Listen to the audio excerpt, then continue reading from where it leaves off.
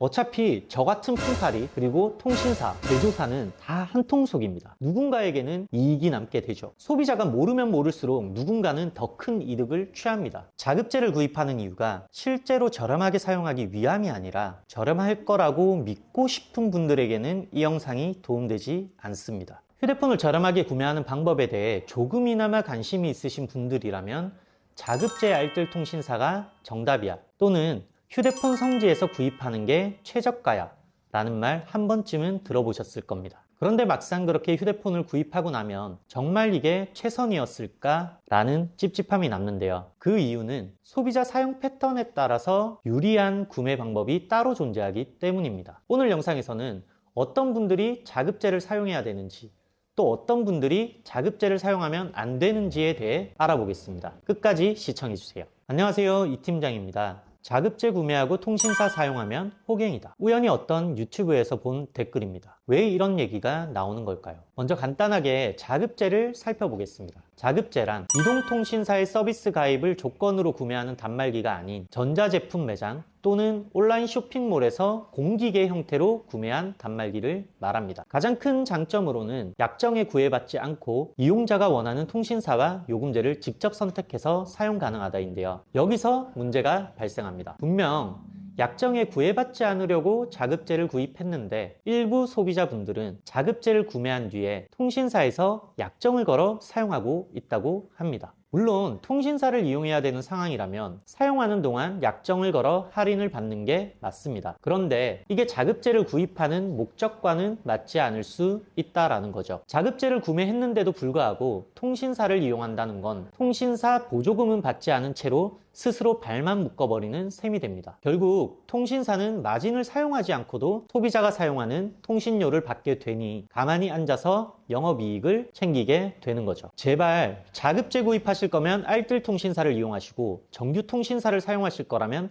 할인받고 구입하시길 바랍니다. 지금부터 자급제 또는 통신사 상품을 이용할 때 계산하는 방법을 알아보겠습니다. 자급제는 공시지원금 할인이 적용되지 않기 때문에 25% 요금 할인 받는 선택약정 기준으로 비교하겠습니다. 기준은 내가 현재 사용하는 요금제입니다. 어떤 구매 방식을 택하건 이 기준점은 동일합니다.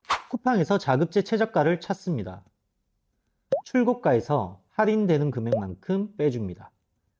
S25 기준 약 69,000원 정도 할인이 되고 있네요. 통신사를 이용하게 될 때 현재 사용 중인 요금제에서 몇 개월간 더 사용해야 되는 요금의 차액을 계산합니다. 극단적인 예시를 위해 낮은 요금제인 33,000원짜리 요금제를 기준으로 설명드려 보겠습니다. 여기서 선택약정 25%를 받게 되면 기준은 실제 청구 금액 24,750원이 됩니다. U+ 기준으로 3개월간 보통 105,000원짜리 요금제를 사용하게 되는데요. 똑같이 25% 할인을 받게 되면 78,750원이 되고 24,750원 대비 매달 54,000원, 총 3개월 동안 162,000원을 요금으로 더 납부하게 됩니다. 여기에 자급제 할인 69,000원과 요금 차액 162,000원을 더해주면 총 231,000원이라는 차액이 발생되고요.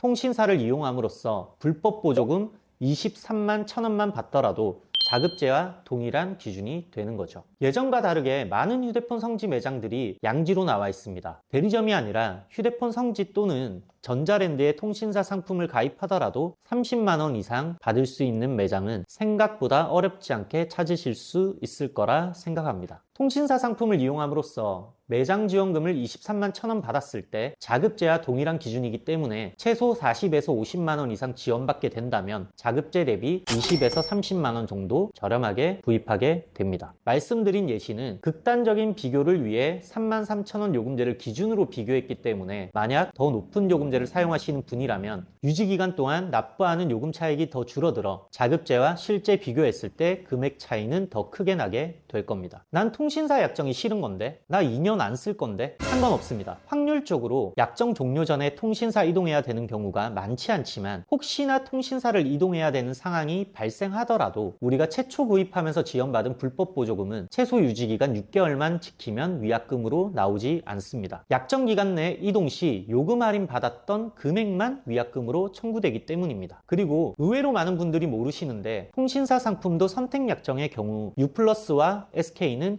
1년 약정으로도 가입이 가능하고요. 할부 개월 수도 24개월부터 시작이 아니라 3개월이나 6개월처럼 짧게 설정도 가능합니다. 어차피 저 같은 폰팔이 그리고 통신사, 제조사는 다 한 통속입니다. 누군가에게는 이익이 남게 되죠. 소비자가 모르면 모를수록 누군가는 더 큰 이득을 취합니다. 요즘 유튜브나 인터넷에 떠도는 카더라식의 잘못된 정보가 너무 많습니다. 자급제 자체가 저렴한 게 절대 아닙니다. 자급제는 무조건 알뜰 통신사와 만났을 때 저렴해집니다. 자급제를 이용하신다면 꼭 알뜰 통신사와 같이 사용하시고 정규 통신사를 사용하실 거라면 말씀드린 내용을 참고하셔서 조금이라도 더 저렴하게 구입하셨으면 하는 바람입니다. 더 똑똑한 소비자가 되고 싶다면 구독과 좋아요 부탁드리겠습니다.